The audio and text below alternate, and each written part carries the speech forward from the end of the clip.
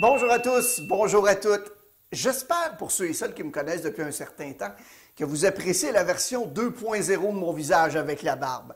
En fait, ma copine me dit que je ressemble à l'acteur français Gérard Jugnot.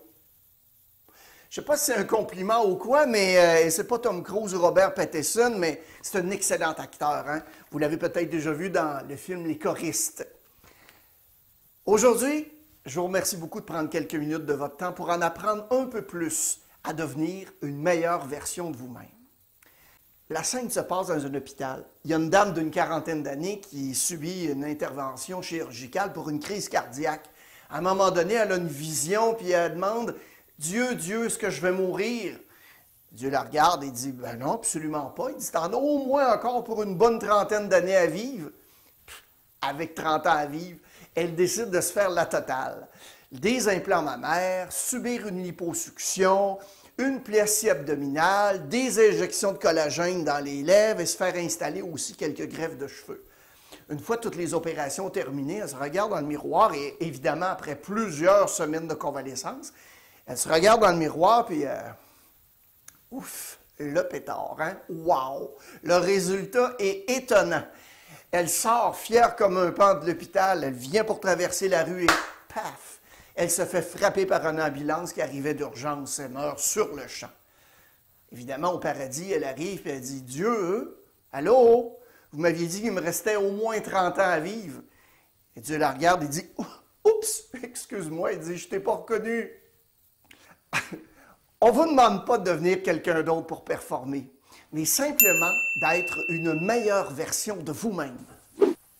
On va toujours trouver quelqu'un qui fait mieux que soi. En fait, ça dépend où on décide de regarder. Si vous voulez devenir une meilleure version de vous-même, vous devez d'abord apprendre à vous regarder en face de façon honnête et authentique. Il y en a une seule personne comme vous. Jamais personne ne va être comme vous. Je parle du noyau de qui vous êtes, vos valeurs, vos croyances, vos défauts, vos forces. Une fois que vous aurez compris qui est vraiment cette personne, vous allez avoir fait le premier pas pour trouver votre unicité. En ce moment même, est-ce que vous savez que vous êtes la meilleure version de vous-même? Cette version doit être votre vision et non pas celle de quelqu'un d'autre. Gaspillez pas votre énergie à essayer d'être à la hauteur de ce que les autres veulent que vous soyez. Arrêtez de chercher une astuce secrète. Il n'y en a pas de raccourci miraculeux vers la meilleure version de vous-même, des recettes miracles. Il y a juste votre désir et surtout vos actions à vouloir la faire évoluer. Il y a bien des façons de quantifier 15 années d'expérience pour une personne. Vous pouvez avoir véritablement 15 années d'expérience ou bien 15 fois une année. Si aujourd'hui vous faites les mêmes choses de la même façon que vous les faisiez l'an dernier, par exemple, l'idée, c'est de se dépasser un peu plus à chaque jour, devenir le meilleur de soi-même. Ça me rappelle d'ailleurs l'histoire d'un pauvre fermier qu'a raconté un jour le consultant Melchior Rouana. Le pauvre fermier avait l'habitude d'aller dans la forêt à tous les jours. Il était pauvre, mais pauvre. Il accusait Dieu et l'univers d'être si pauvre. Pourquoi moi? Pourquoi moi? Un jour, il se promenait dans la forêt. Il a vu un renard infirme. Le renard marchait avec beaucoup de difficultés. Alors le pauvre fermier s'est demandé comment est-ce que le renard fait pour se nourrir? Pendant qu'il se posait cette question, il voit un tigre arriver. Le tigre avait une proie dans sa gueule. Il en a mangé une partie et figurez-vous qu'il a laissé le reste au renard infirme. En voyant cela, le père fermier s'est dit, si Dieu est capable de nourrir ce renard infirme, il est certainement capable de nourrir un pauvre fermier comme moi. Il retourne à la maison, s'enferme chez lui et il attend que le ciel ou l'univers lui apporte de la nourriture. Pourtant, après quelques jours, il est carrément en train de mourir de faim.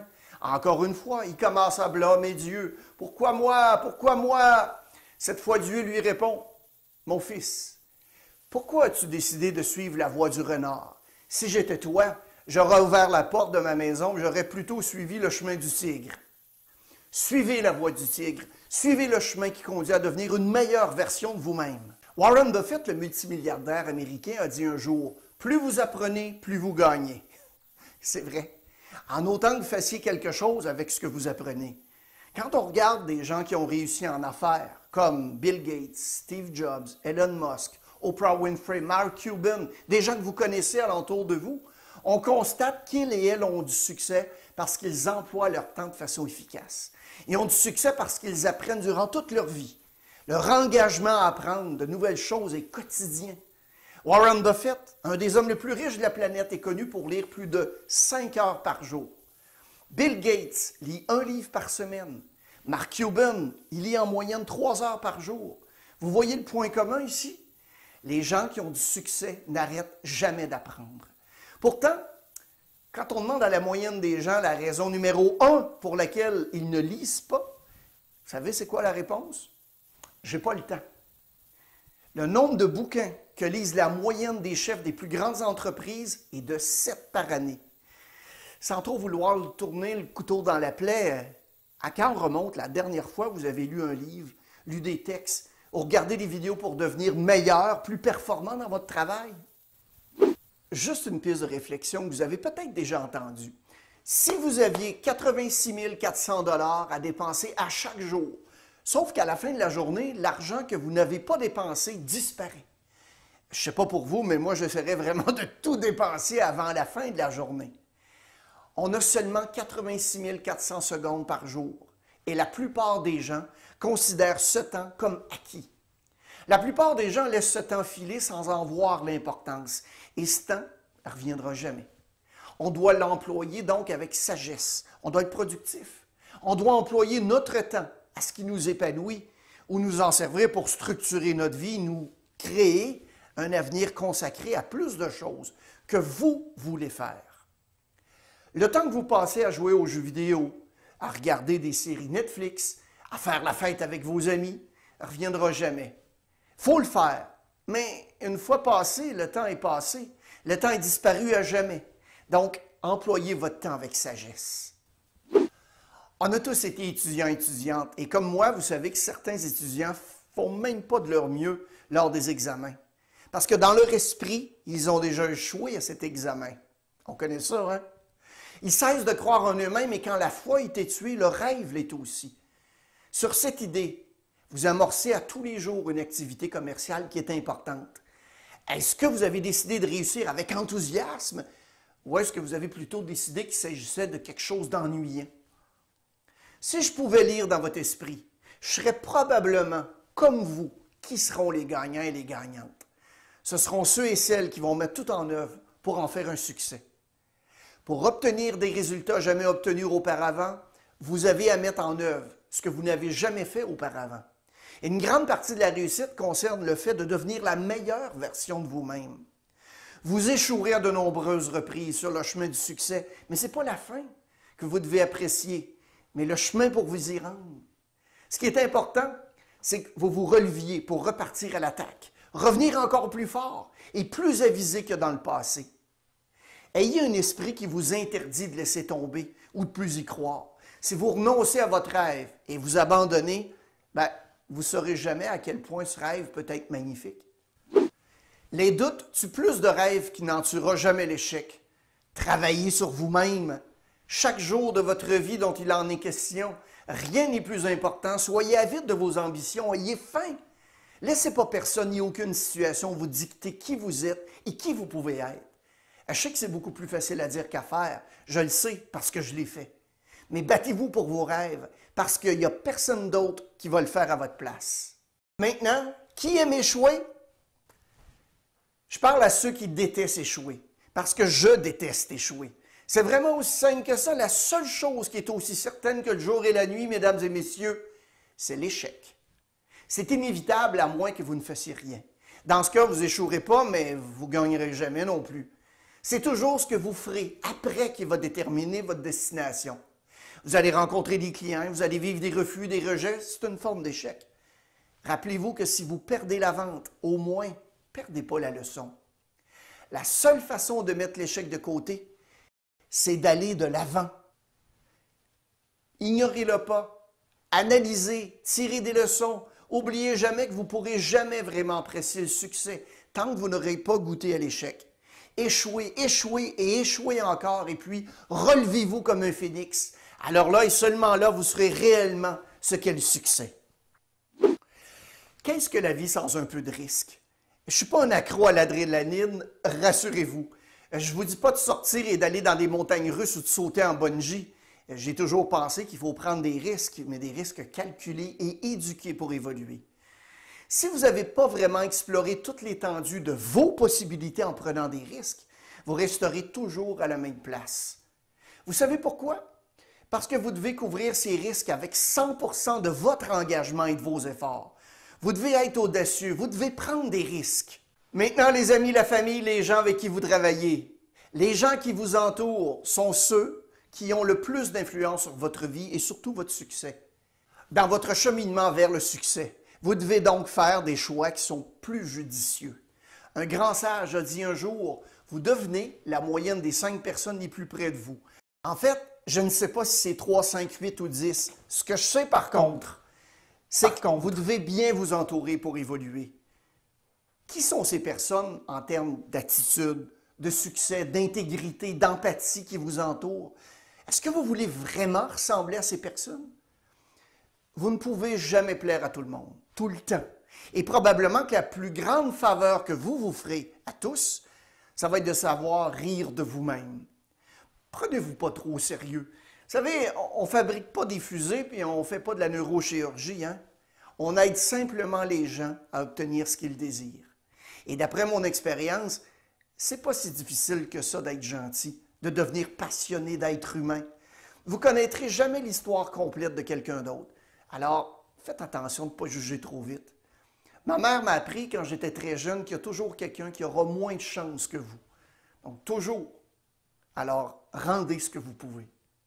Faites-vous ce que vous faites comme un simple travail ou vous le faites en ayant un but précis en tête? C'est comme par exemple un vendeur qui sort pour vendre un produit ou un service, puis un autre vendeur qui vend une expérience. Le premier groupe de personnes va s'intéresser aux différentes fonctions du poste. Répondre au téléphone, accueillir les clients, remplir des papiers. Alors que d'autres groupes vont se concentrer sur les raisons, sur le but de tout faire pour permettre à chacun de vivre une belle expérience lors d'un achat. Et je vous le donne en mille, lequel des deux ont le plus haut taux de conclusion de vente? Ça vous est sûrement déjà arrivé de contacter un prestataire de service, un hôtel par exemple. Ça, c'est la façon dont ils répondent au téléphone. Hôtel ABC, bonjour, mon nom est Mario. Comment puis-je vous aider?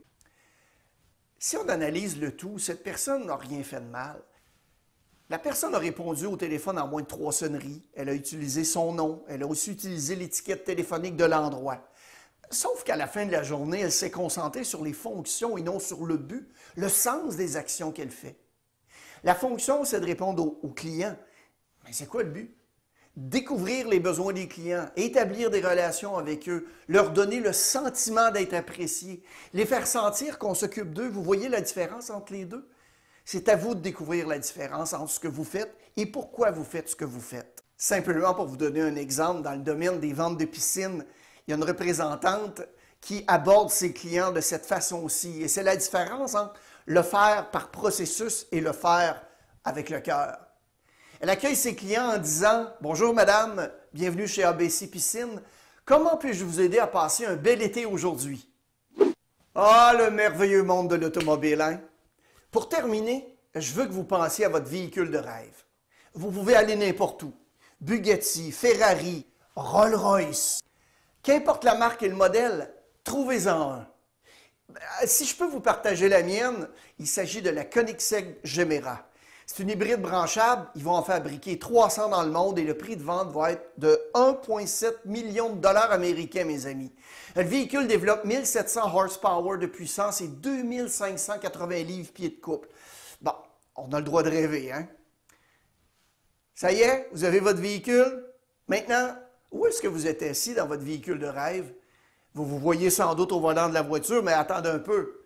Votre véhicule de rêve représente votre vie professionnelle de rêve. Alors, est-ce que vous êtes assis du côté du passager en laissant quelqu'un d'autre conduire votre véhicule? Ou est-ce que vous êtes assis sur le siège arrière comme un enfant à qui on doit tout dire, quoi faire et comment faire? En tout cas, j'espère simplement que vous n'êtes pas dans le coffre. Mes amis, vous ne méritez rien d'autre que la place du conducteur. Avoir le pouvoir de diriger et de contrôler pour devenir le meilleur de vous-même. Prenez des décisions, faites des choix, passez à l'action, soyez pas timide et engagez-vous à fond. Je veux et j'exige et je veux que vous conduisez votre véhicule de rêve et que vous ameniez avec vous l'esprit d'entrepreneurship qui caractérise si bien les vendeurs à succès et qui sait éveiller le meilleur de vous-même. Rappelez-vous que pour devenir la meilleure version de vous-même, vous devez apprendre à se regarder soi-même de façon réelle, honnête et authentique. La meilleure version de vous-même doit être votre vision et non celle de quelqu'un d'autre. Troisièmement, plus vous apprenez, plus vous gagnez. Quatrièmement, utilisez vos 86 400 $ secondes sciemment. Et cinquièmement, si vous voulez des résultats jamais obtenus auparavant, vous aurez à mettre en œuvre ce que vous n'avez jamais fait auparavant. Sixièmement, c'est surtout ce que vous déciderez de faire avec vos échecs qui va déterminer votre destination. Septièmement, si vous n'avez pas vraiment exploré toute l'étendue de vos possibilités en prenant des risques, vous resterez toujours stagnant. Huitièmement, vous êtes la moyenne des 5 personnes les plus près de vous, 3, 8 ou 10. Neuvièmement, découvrez la différence entre ce que vous faites et pourquoi vous faites ce que vous faites. Dixièmement, et en conclusion, suivez la voie du tigre. Apposez votre signature personnelle sur le travail que vous faites. Mon but est d'inspirer les gens à créer leur engagement dans le domaine de la vente, de l'expérience client et du leadership. Maintenant que vous avez vu la vidéo, qu'est-ce que vous allez faire de différent? Si vous désirez passer à l'action, faites-moi signe.